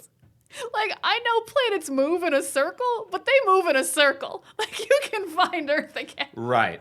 Planets move, sure, but the sun doesn't really go many places. Yeah, and it was a few thousand years ago, not like hundreds of thousands or like the beginning of time. It was only like 5,000 years ago because Wonder Woman's mom was there. Yeah. This wasn't billions of years ago. Like, the planet's in the same place. It's the same planet. But yeah, Darkseid went home and he was like, we mapped where that was, right? We put a little GPS tracker on that planet.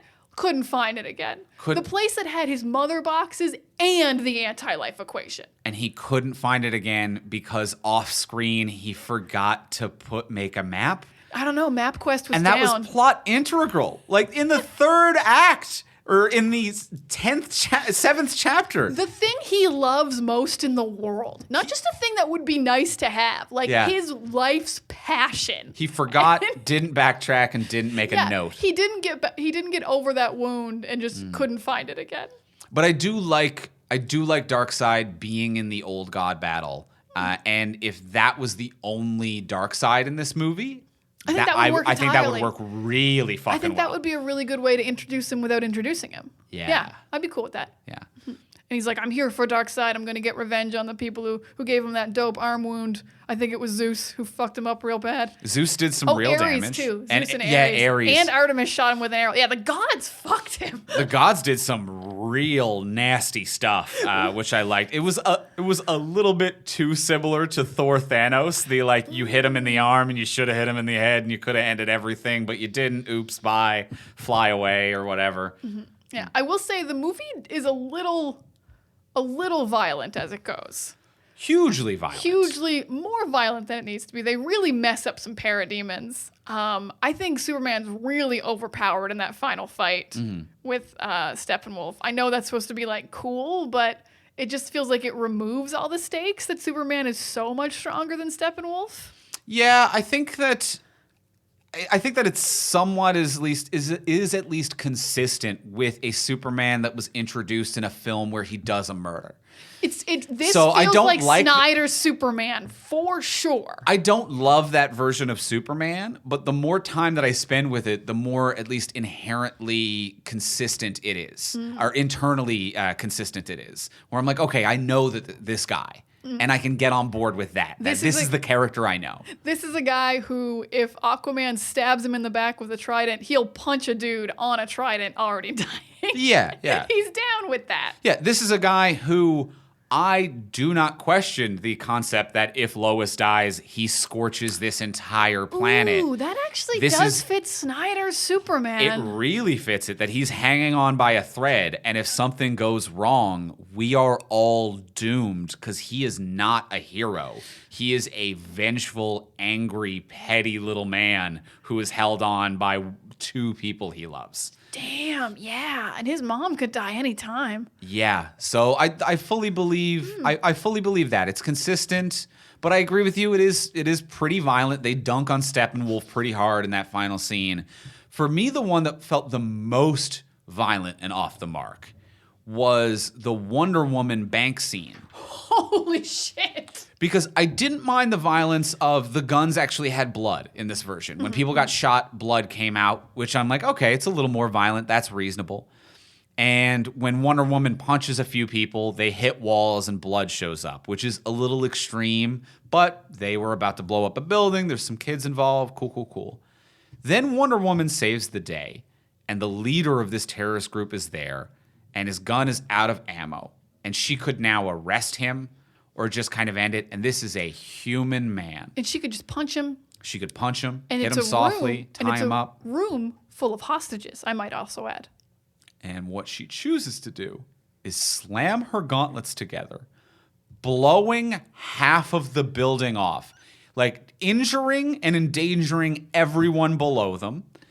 Endangering the people behind her, even though it seems directional. It does seem to only go forward, but definitely losing the structural integrity of this building, which puts all these children at danger. And literally evaporates a man. I mean, like Dr. Manhattan willing someone out of existence, evaporates a human man into nothing while 100 children watch. 100 children watch. The room explodes. Like the walls blow out. She definitely injured some cops who were around the building, surrounding it. Like huge structural damage to this building. And that man is dust. And but the thing is, he's probably not dust. He's probably some kind of goo. Yeah, you can't get rid of no matter how hard you hit, you don't get rid of the wetness. It's probably like Rorschach in Watchmen. Yeah. More so than Dr. Manhattan. He's probably just goo. And that goo's probably on the kids. And this is how much overkill it is to kill a human man with your gauntlets. She uses her gauntlets about 4 times on Steppenwolf, and they hurt him real bad. Yeah. That's how powerful the gauntlets are. She holds Superman back with the gauntlet hit. Yeah. She keeps Steppenwolf from stopping Cyborg with gauntlet hits. And she decided to use them to kill a human man. In front of children. In front of children. After which one of the children walks up to her and says, I forget exactly the line, but you're a hero. Can I grow up to be like you? This is a future Harley Quinn, that little girl. That little girl's messed up. Yes. This is straight up a scene from Watchmen where Dr. Manhattan walks into a room, eviscerates someone, and turns around to children and is like, are we not happy the bad man left? And children are there unblinking with blood on their face, horrified at the terror of the world of gods that they live in. And then there's one fucked up kid who's not terrified. Yeah, and that's the comedian. This is a scene from Watchmen. It is violent, violently upsetting and the most off the mark thing that really hard needs to go away. It absolutely does, which is weird because the rest of the scene I really like her stopping all the bullets and saving people. They did the getting rid of the bomb part differently than Whedon did it, and this part was way cooler. Yeah, she actually takes the hit and it comes back down, and there's worry and concern. Yeah, because you're she's very close to it when it explodes, so that all works. But then just doing a murder, and I don't mind that Wonder Woman will murder every now and then, when she's fighting very strong people. She kills Ares, and I'm like, he's very powerful, and nothing else you can do. You can't put Ares in jail. This guy could have gone to jail. Yeah. Or even you're in World War I or II, or World War I, it's okay, you're fighting German troops who are trying to release whatever mustard gas that they have or whatever. You kill a dude or two, and this guy's not a great dude. I almost would have liked it better if she had at least said a cool line oh, you want to blow yourself up? How about this? Because he was suicide bombing. He was. So if she at least maybe had thrown a neat line out there. No neat lines, though. No neat lines. No neat lines. Just a straight murder. Yeah. The cops are going to want to talk to you. Those kids are so fucked up. I've never seen you so worried about kids. I just can't imagine being a 6-year-old and watching a man evaporate in front of me. That is... I'm trying to picture it. That is horrible stuff to have your hero do. You would have to, just repress that. Yeah? You would have to. I mean, I feel kind of worse for the adults who don't have a chance to repress it. You're an adult now. That's for you forever. Although it's a formative image for the kids, though, so they're going to be formed by that. It's tough. We're going to need some WandaVisions. We're going to need some trauma directors inside here. Whew. I feel like there are other positives for this too, but I feel like I'm losing it the more that we dunk on it. I have a positive if you'd like. Yeah, please. I actually genuinely love this, and it's a structural thing, which is impressive that Snyder made a structural thing I like. Once the team gets together, kind of after the first fight with Steppenwolf, they spend the entire rest of the movie together, which I think is great. I love that they never separate. For a movie where they've just met, it really was I think about not even just Avengers, but X-Men, Fantastic Four. Whenever there's a big group movie, it's you two do this mission, and then these two do this mission, and maybe at the end we'll have one big group shot. In this movie, they are constantly together. They resurrect Superman together. They go get his body together. They fight Steppenwolf multiple times all together. They go to the Bat Cave as a group.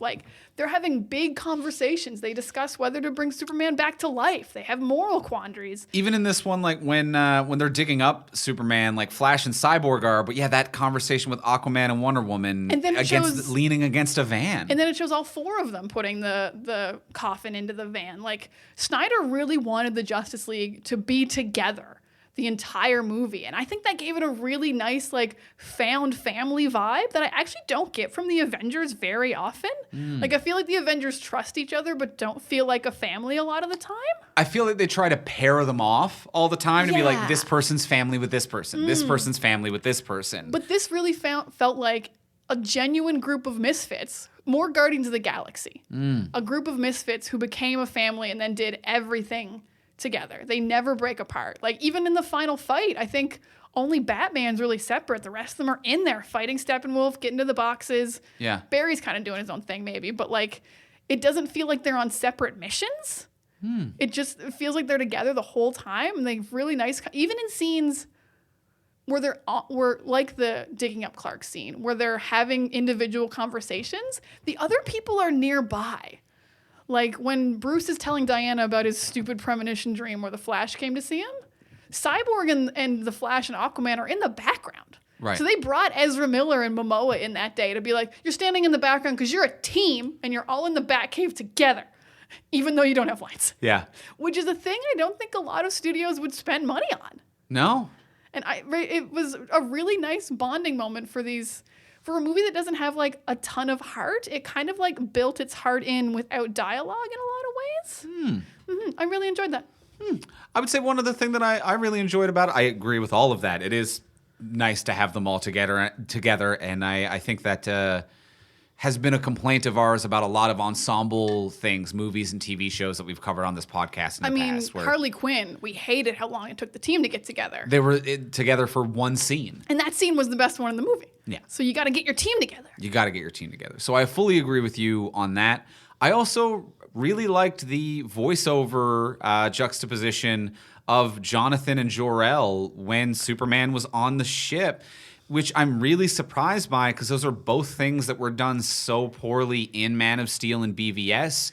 Like Dream Jonathan Kent on a mountain was trash. Oh my God, And, Dream Jonathan Kent. yeah, Don't you dare say anything bad about Russell Crowe's performance, though. I fucking love Russell Crowe as Jor-El. I actually do love Russell Crowe as Jor-El. I think he's so good. But the way that they integrate him at times is sloppily done. And the holographic him showing a liquid metal presentation of their history was a weird choice.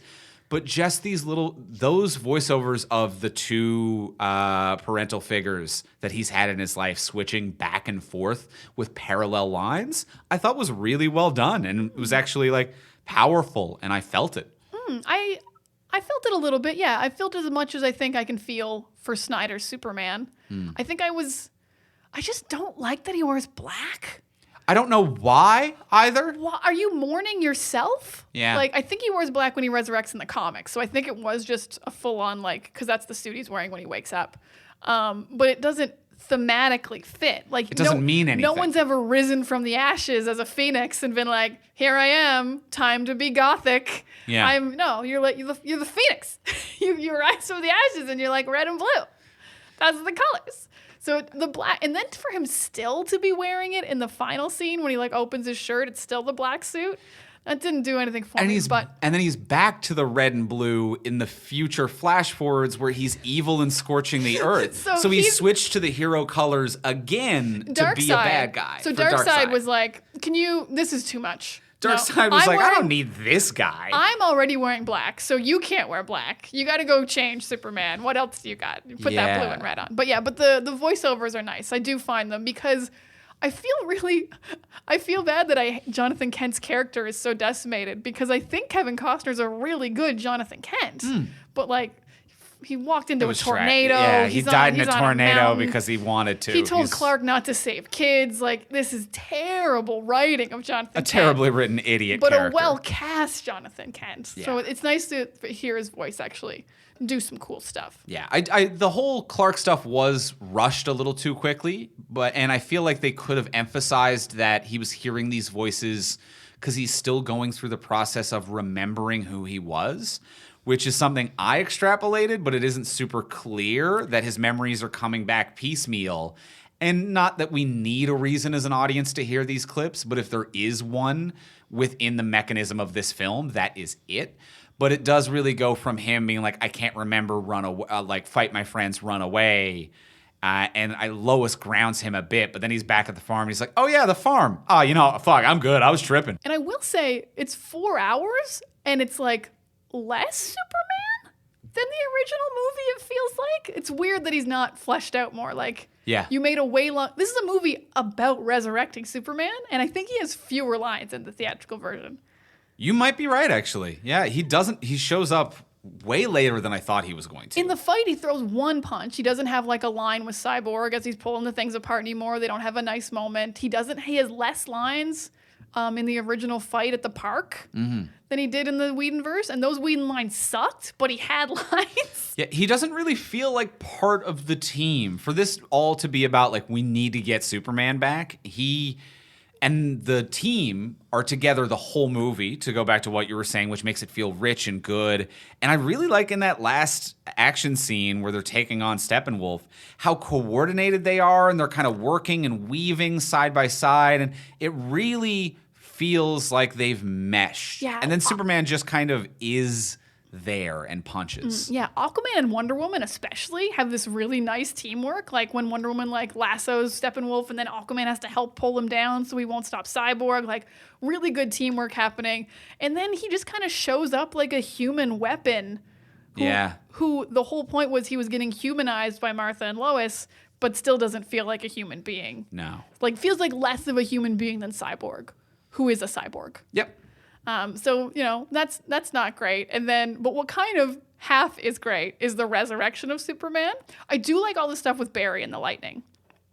This is another really fun Barry scene where he has to like run super fast. Oh, and that was another positive I was going to say. I really like how they structurally set up the time reversing subtly in that scene to use it later in a way that I forgot. Like even as a nerd to be like, I know that he can manipulate time, but that was one of the few nerdy comic book things that if you don't know that Barry is capable of that, the film did a good job of seeding it and setting it up, but in a way that's subtle and in a way that you forget about just a minute before they bring it back again. That was really structurally well done. That was very structurally well done. I like the teamwork of having to bring Superman back. Like, I'll do the tech, you have to do the lightning and do him. You guys have to restrain him if he's crazy. So they do a whole teamwork thing.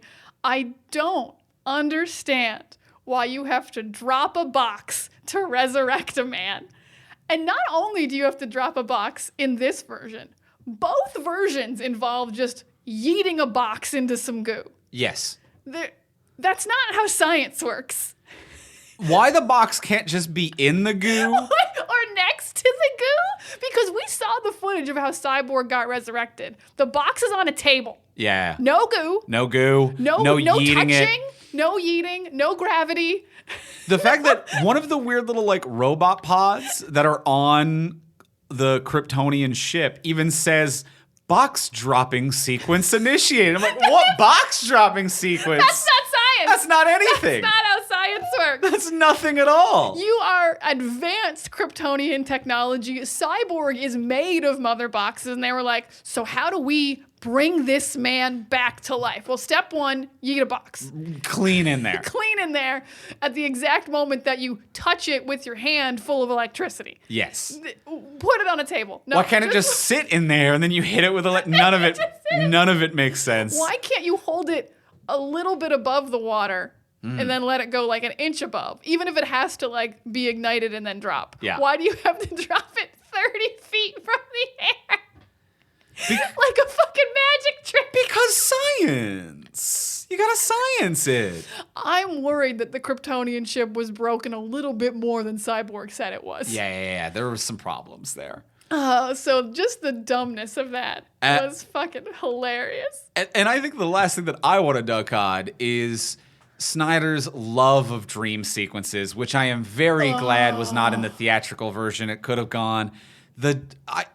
All of it is just for trailers. Like, I know that we didn't get a trailer for what would have been his theatrical version, and obviously the marketing for this is so inherently different and unique from standard marketing for a movie. But every dream sequence shot, I'm just immediately frustrated to be like, this is just the trailer bait trash. It is meaningless. Dreams are meaningless. They are stupid.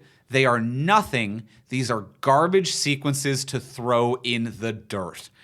End it.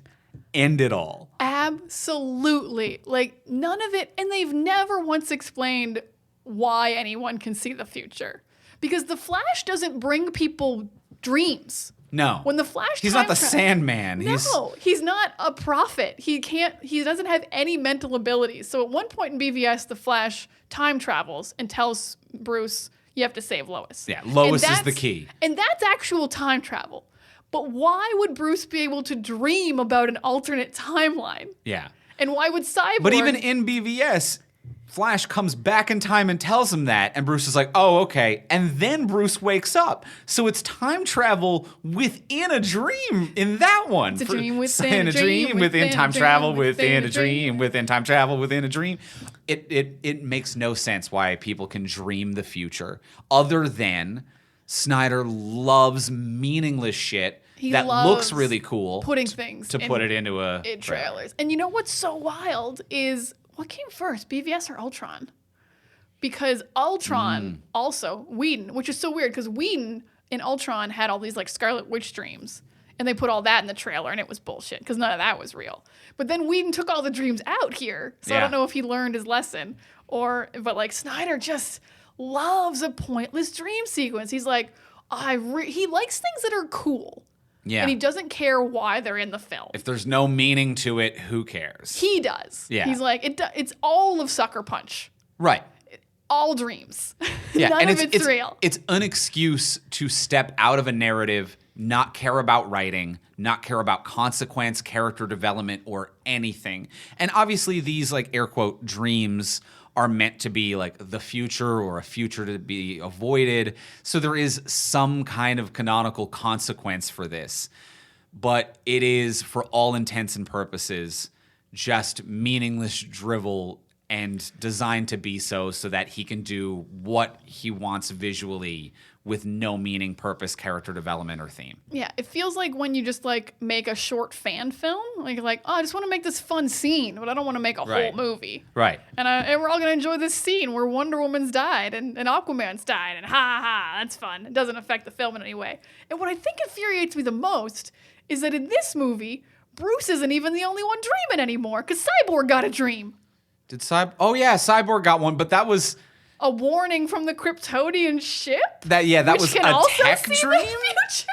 The computer has a computer simulation of the dream future that Bruce does. This computer has some detailed alternate timelines happening. Like, they knew what Diana's funeral looked like, what her mom looks like. There is no even inherent consistency of the definition of what a dream is. That's how sloppy this trash is.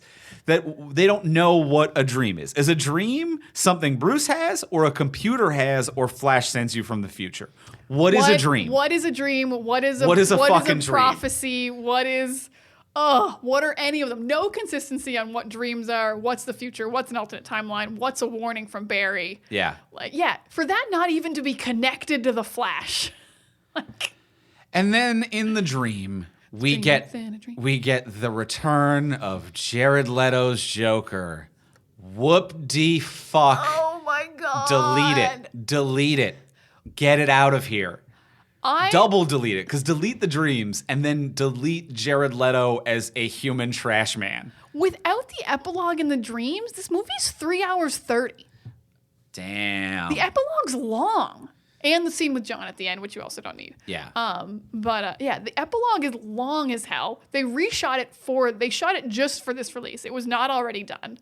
I'm actually going to be slightly controversial here and say, if this was like a separate scene that he just made as like a fun little thing, I actually think the like directorial choices are kind of cool with the real fuzziness and like all the light in the background and everything. And even some of the lines are cool, but then like Batman says fuck and the Joker says reach around, and I'm just like, ugh, this is all trash. Yeah. And like, no, and the Joker. This is what I thought would be a cool scene between Batman and the Joker if someone let me write a scene between Batman and the Joker when I was 13. Yeah. And I had like just read something by Alan Moore, but I didn't understand anything. What if the Joker like killed Robin and then he was like mean about it, but he wanted to have a truce? And what if the Joker, in the heat of the desert while hiding from Darkseid, still put his makeup on every day? Every day puts his makeup on. Where's he getting makeup? It's an apocalypse.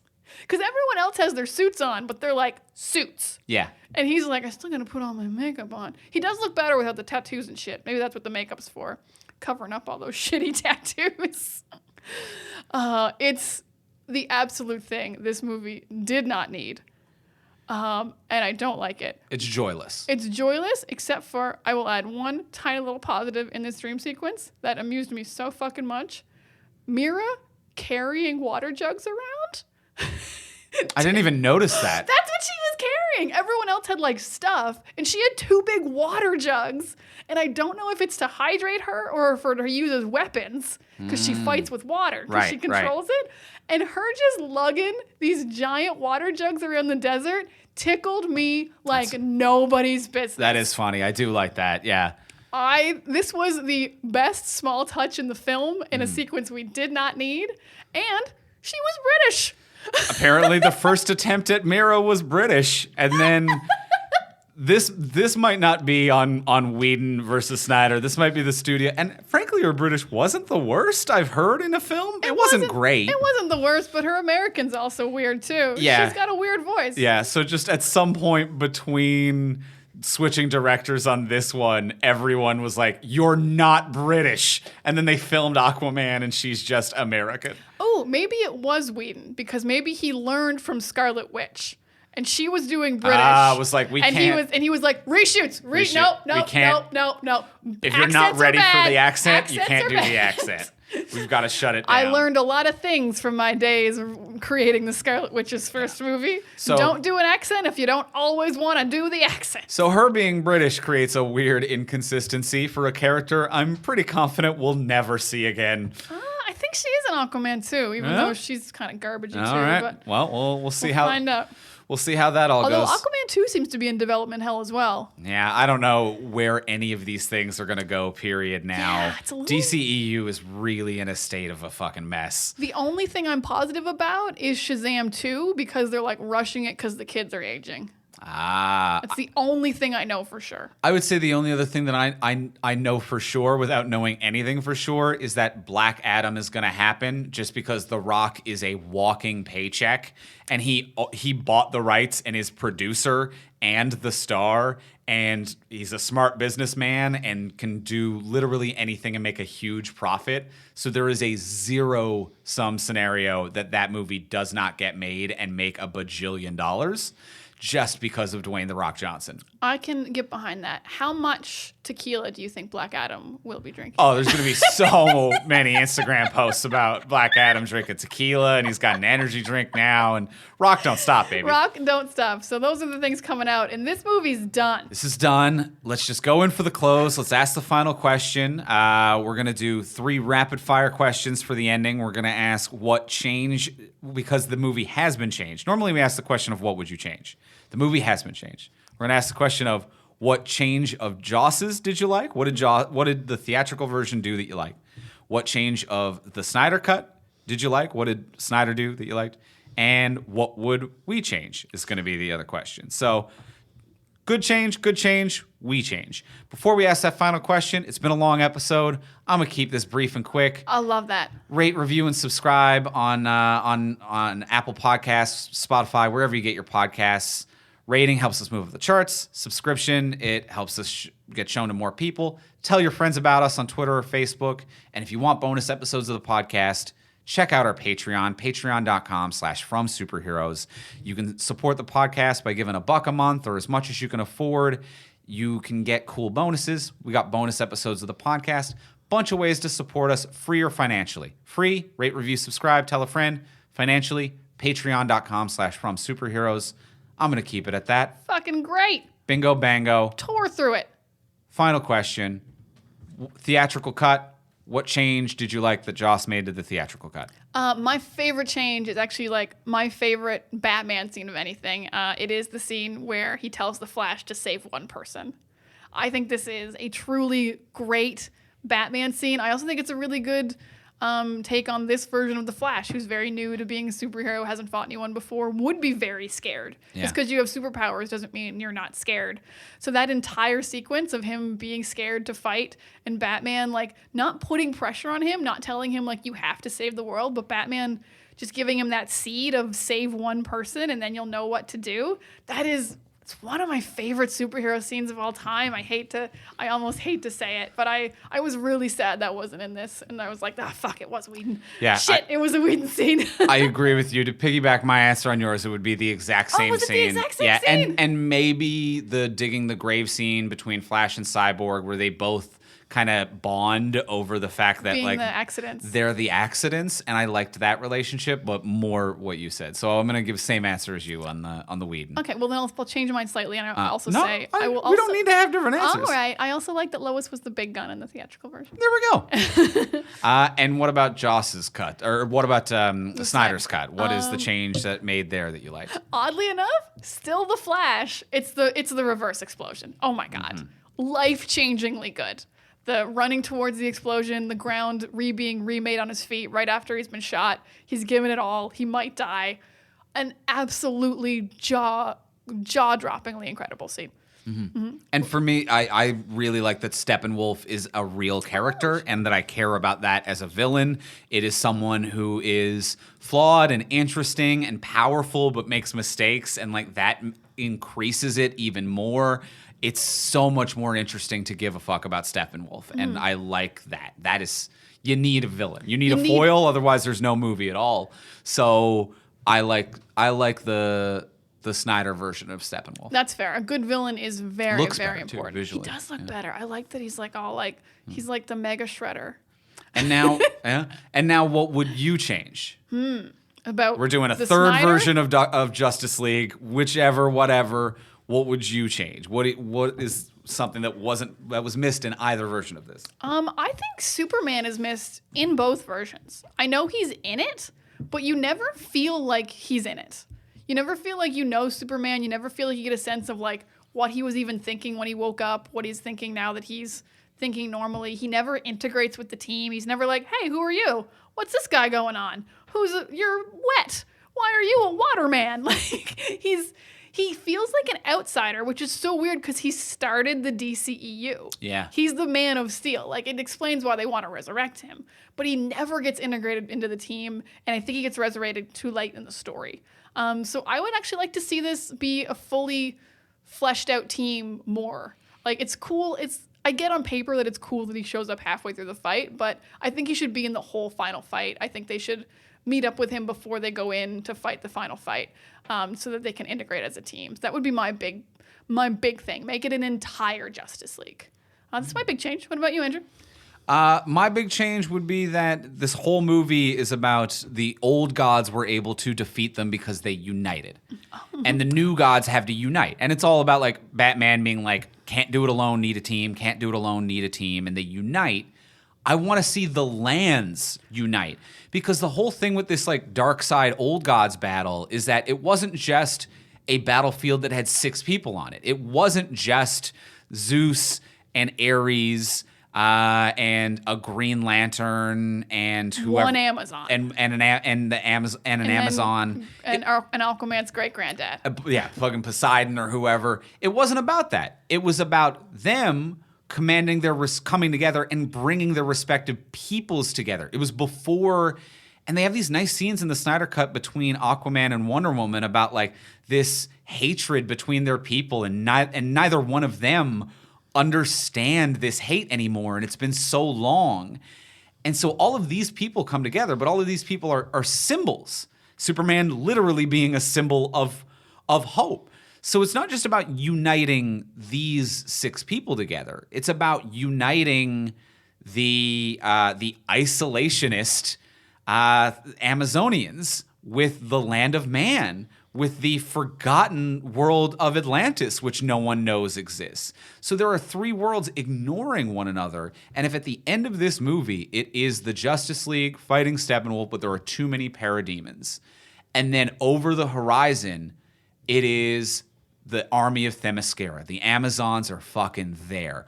What is that from that other side, from like the sea or from the east or wherever the fuck water is going to be? It's the goddamn Atlanteans. And then it is, and then over here, the military Cyborg's guy football that team. it is the military guy that we know from the previous movies leading the land of man and the military, and then we reveal that he is also Martian Manhunter, adding another alien protector, replacing the realm of the Green Lantern. We have man, Atlantis, Amazon, gods, and space all coming together to protect the Earth.